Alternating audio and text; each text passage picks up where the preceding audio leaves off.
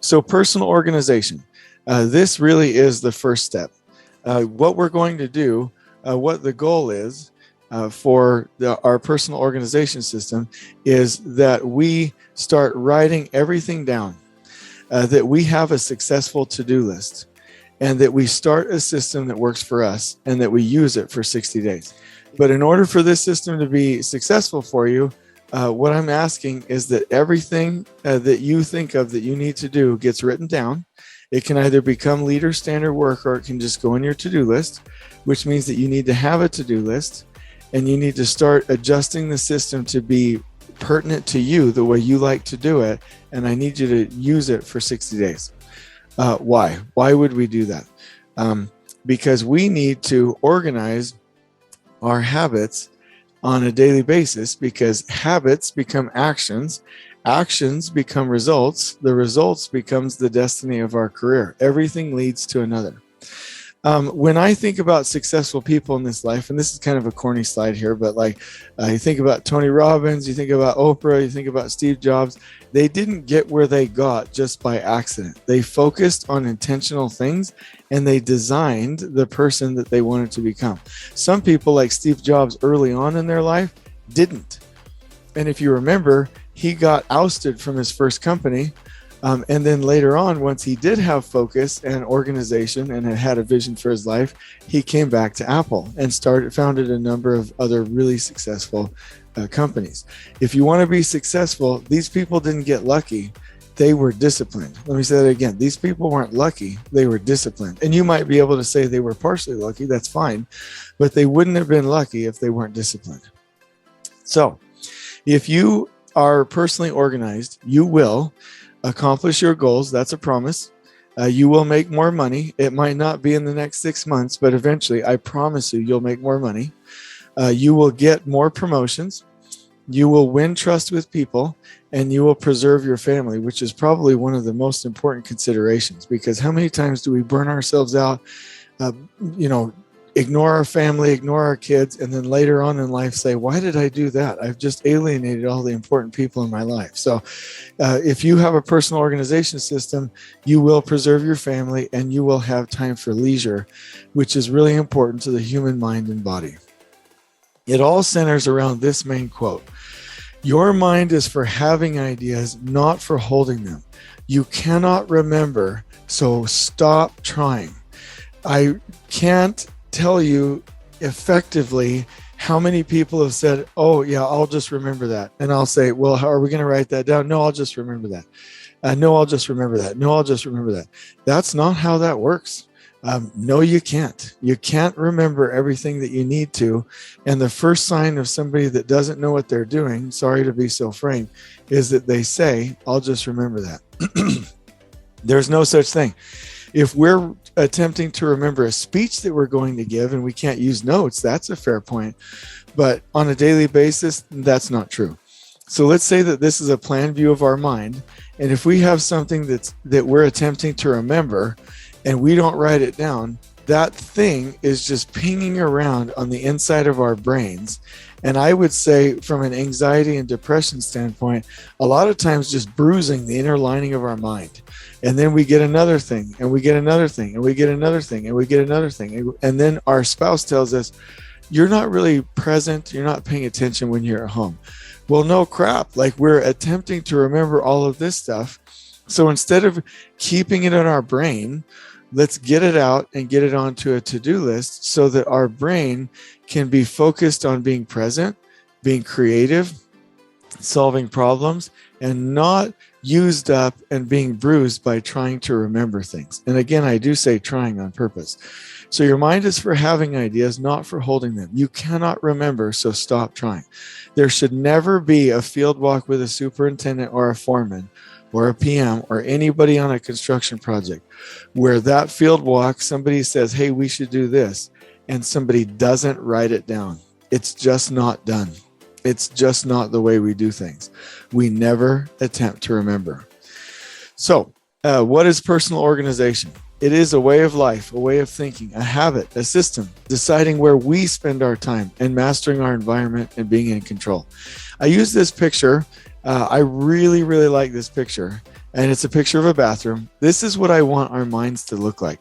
I want our minds to look clean, clear, enlightened, well lit, empty of any non-useful items, meaning it's not cluttered. I want it to be beautiful, inviting, right? So can our minds be enlightened? Yes. Can our minds be clean? Yes. Can our minds be decluttered? Yes. Can our minds and our mental state bring us joy? Yes. But if we start throwing toothpaste around, dirtying the mirrors, the lights go out, we start putting 85 different types of hair products in there, trash is on the ground, it gets dirty, we don't keep it up, what happens? Do we want to be there? No. So if our mind gets all cluttered like that, do we want to be there? No. So there's some types of mental illness that are clinical where we need medication. There's some types of anxiety and depression where it's clinical and we need medication. But a lot of times it's simply that we've trashed our environment, and no wonder we're anxious or depressed, because we don't have a well-lit, clean, and decluttered environment in our minds. So personal organization is designed to turn your mind into an environment like this. Sounds silly? I hope not, because it's true. So what is personal organization not? It's not a fad. It's not simple. It's not perfect all the time. We're going to get interrupted. It's not a way to organize waste, right? There's nothing so useless as doing things that shouldn't be done at all, right? So it shouldn't be to organize things that we shouldn't be doing. It should be a way to eliminate the things we shouldn't be doing and organizing and implementing the things that we should.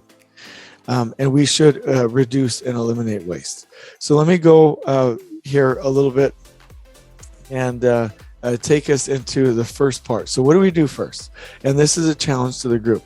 Begin writing everything down. I don't care if it's on a day timer, if it's in a booklet, I don't care where it really comes from. It needs to be written down. I know some people that use notepads, some people that use a program called Microsoft To Do, which is the best program I've found on my phone. However you do it, you can use voice notes, but write every single thing down. That's step number one. Your to-do list, and this is a picture of Microsoft To Do if you ever want to use the program. The process is to capture, clarify, organize, reflect, and engage. Okay? So let's go through those one by one. Capture. In your daily travels or in your daily work, it's your job to collect what has your attention. If it's an idea, if it's something that was delegated to you, if it's something that you know you should do, anytime those ideas come to you, you should capture them on your to-do list, whether it's in the shower, when waking up, in the car, on the fly, in a meeting. If you're in the car, by the way, don't text. Do a voice note or something like that. But I have this picture over here of a notepad in the shower. Katie, my wife, actually bought me one of these. How many times when we have just a spare moment, do we think about when we woke up or when we're in the car, when we're in the shower, we're like, oh, I know how to fix that problem at work. And we have to capture that right then and there. If we don't, we are not programming our minds to remember, and we're likely not going to remember. Or if we do remember, we don't have the capacity and space in our mind to come up with or think about the other things that we should be thinking of at the time. So capture them wherever you are. Clarify. This is a brilliant slide. You have to triage your to-do list. Meaning if you get a to-do list that's like 100 items long and you get stressed out, that's not any good, right? So you have to assign degrees of urgency to every item. I love this Eisenhower method. If you have a to-do list, they fit into 4 categories. If the item on your to-do list is urgent and important, then you should do it. Those are the things that only you should do and only you can do. If it's not urgent, but it's important, you can decide and schedule a time to do it. You can go put it on your Outlook calendar, or you can put it on your day timer and say, I'll do this next Tuesday. If it's urgent but not important, you can delegate that to somebody else. Now, is that disrespectful? No. If you're a superintendent or a PM, there are PEs or field engineers or foremen that need the experience doing that task. They need the experience in their career to do that, but you don't belong doing that. So you should delegate that. And then if it's not urgent and not important, you should delete it. It's gone. Not do it. There are so many items where we're like, I have to do this, I have to do this, I have to do this. But really we don't. And if you leave it undone, you'll probably find that it's okay. Now, if it's something for a customer, maybe that's not exactly true. But I would promise you that there's at least 20% of the things on our list, if not 20 to 40%, that can just be deleted. So everything that you capture must be clarified. Once it's clarified, we need to put it into our different buckets. And we have to have as few buckets as possible. So if I think about doing something and I'm like, yes, this is important, and I ask myself, does it go on my Outlook calendar? Does it go on my to-do list so that every day I can look at my list? Does it go on a meeting agenda so I naturally bring it up in the next meeting? Or does it go on an email? One quick note, there's nothing that will waste more of your time in a company than emails. Emails are necessary. There are professional ways to do them. They are documentation that will really help you if you ever need documentation. We're never going to get rid of emails.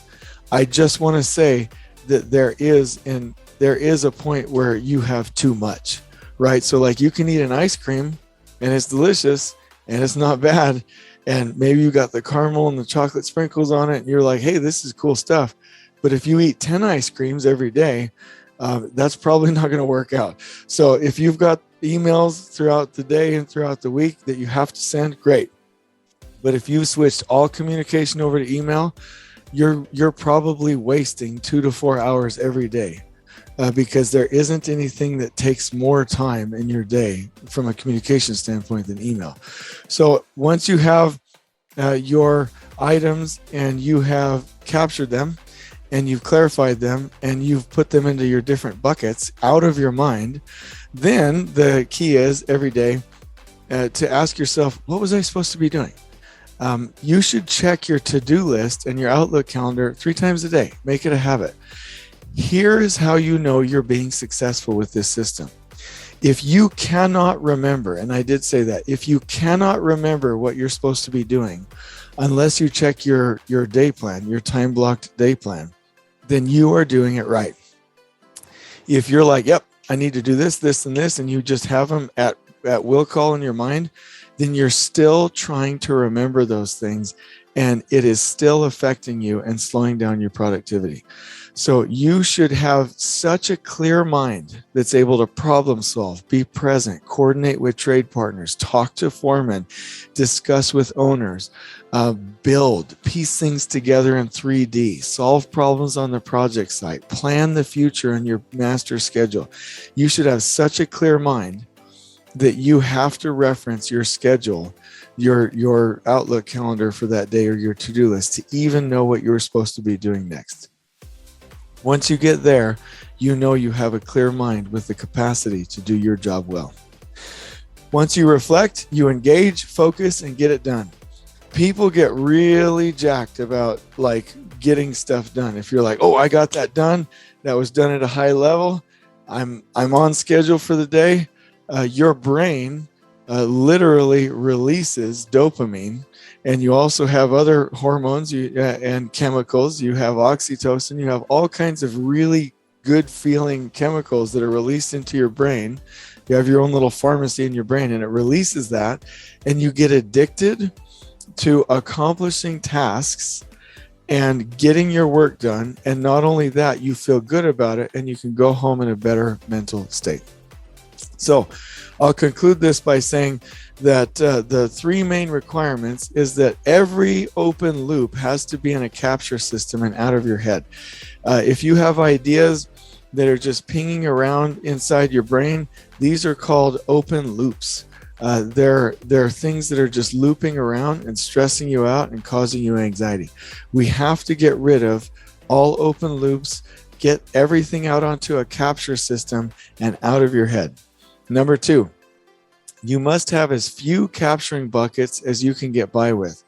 This sounds critical. I don't mean it like this, but I'll just say it like it is. There are some supers that I walk by and they've got sticky notes on their computer. They've got files all over their desktop. They've got a voice mailbox that's full. They've got a notepad, a whiteboard. They've got audio recordings. They've got a to-do list app on their phone. They've got a little scheduling calendar. Their wife has a lap mat calendar on the fridge at home. They've got like 10 different places of things that capture to-do list items, and they're all over the place and they're like totally stressed out. That is not the measure of success. We want to have as few capturing buckets as you can get by with. I'm talking to-do list, Outlook, to-do list, Outlook, to-do list, Outlook, maybe a meeting agenda. And then you must empty them regularly and accomplish your work as you go so that you can be in a good mental state, creative, be able to problem solve, and have the capacity to go lead and mentor your projects in a remarkable way. And so this is the introduction to having a to-do list and a personal organization system. And later on, we'll cover how all of the systems tie together. But that's the high level right now